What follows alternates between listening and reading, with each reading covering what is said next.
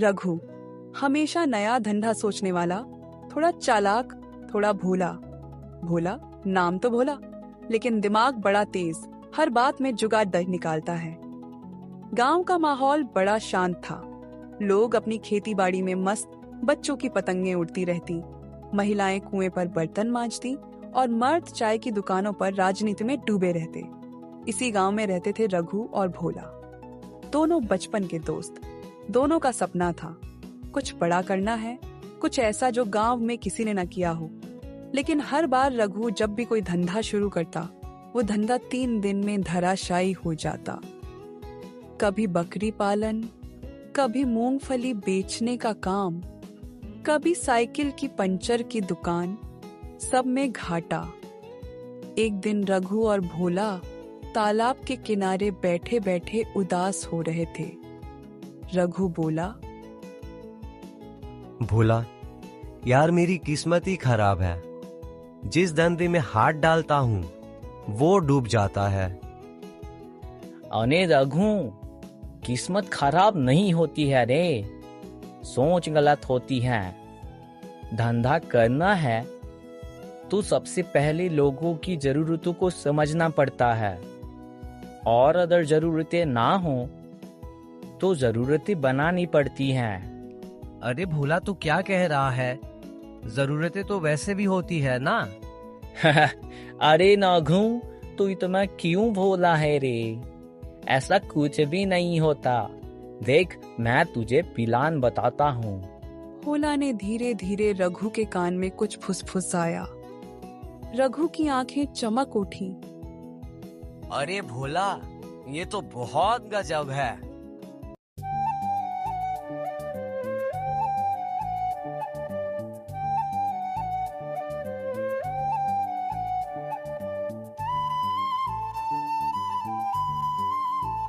दूसरे दिन से दोनों ने गांव के पुराने मशहूर कम्युनिटी कुएं के पास एक बड़ा सा बोर्ड लगा दिया।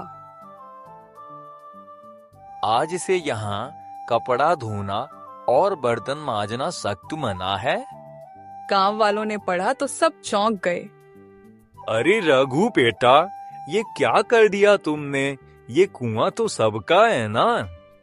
बाबा, पानी बहुत कम हो गया है, कुएं की मिट्टी भी गिर रही है, तो अब बचाना पड़ेगा ना।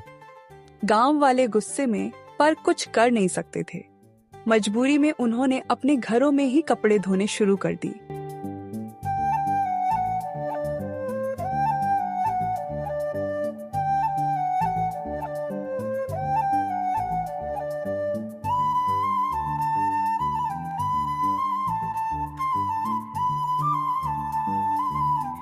अब समस्या शुरू हो गई।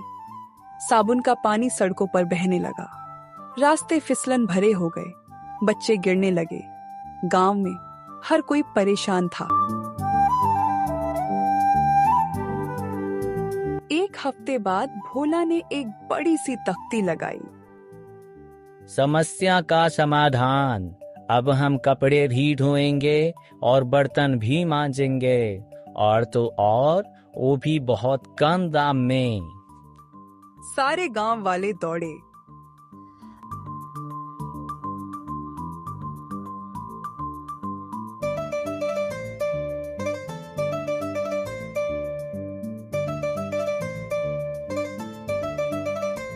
अरे ओ भोला भैया, बर्तन मांज दीजिए ना, हमारे घर में बिल्कुल भी पानी नहीं है। अरे सुनिए ना भोला भाई, मेरे भी कपड़े धो दीजिए ना। घर के सामने नाले में पानी जाने की वजह से बहुत दिक्कत हो रही है।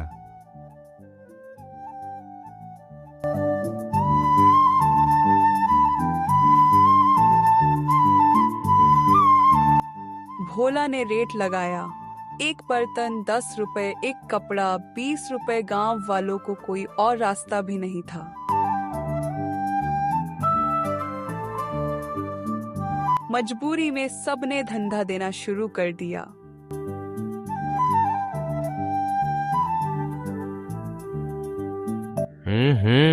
मान गए तुमको भोला भाई। अरे यार, तुम तो दिमाग के किंग हो। समस्या भी हमने बेची और समाधान भी।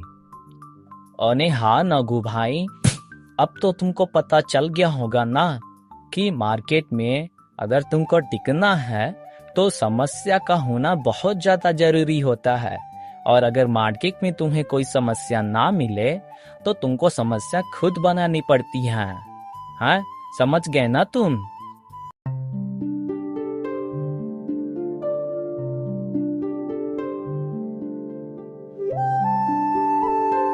कुछ दिन में गांव वालों को आदत पड़ गई।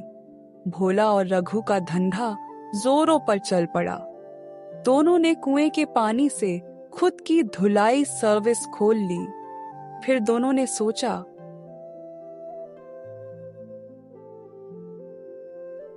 तो फिर अब हमारा अगला प्लान क्या होगा? नगु, अब हम पानी की प्यूरिटी भी बेचेंगे। नगु, अब हम सबसे कहेंगे सिर्फ हमारी कुएं का पानी पीने लायक है, बाकी सब कुएं में तो गंदगी है। अगले दिन दोनों ने बोर्ड लगा दिया,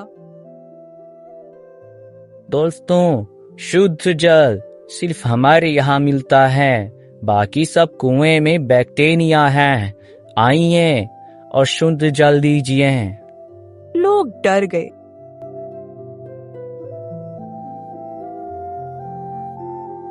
सबने बोतल भर भर कर पानी खरीदना शुरू कर दिया, 1 रुपए प्रति लीटर। गांव का प्रधान आया,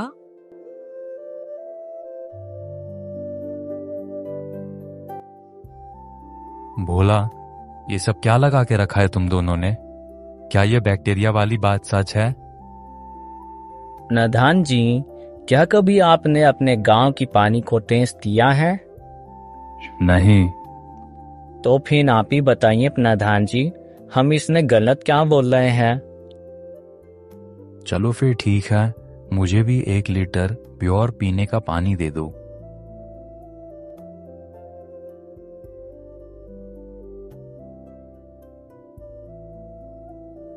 चलो दोस्तों, आखिर में किसी ने तो हमें धंधा करना सिखाया। भोला और रघु ने धीरे धीरे अपने धंधे को बड़ा बना लिया। अब उनका ब्रांड था रघु भोला धुलाई एंड प्योर वाटर सर्विस। आखिर में एक दिन रघु बैठा बैठा सोच रहा था, भोला, हमने जो किया वो गलत तो नहीं था ना?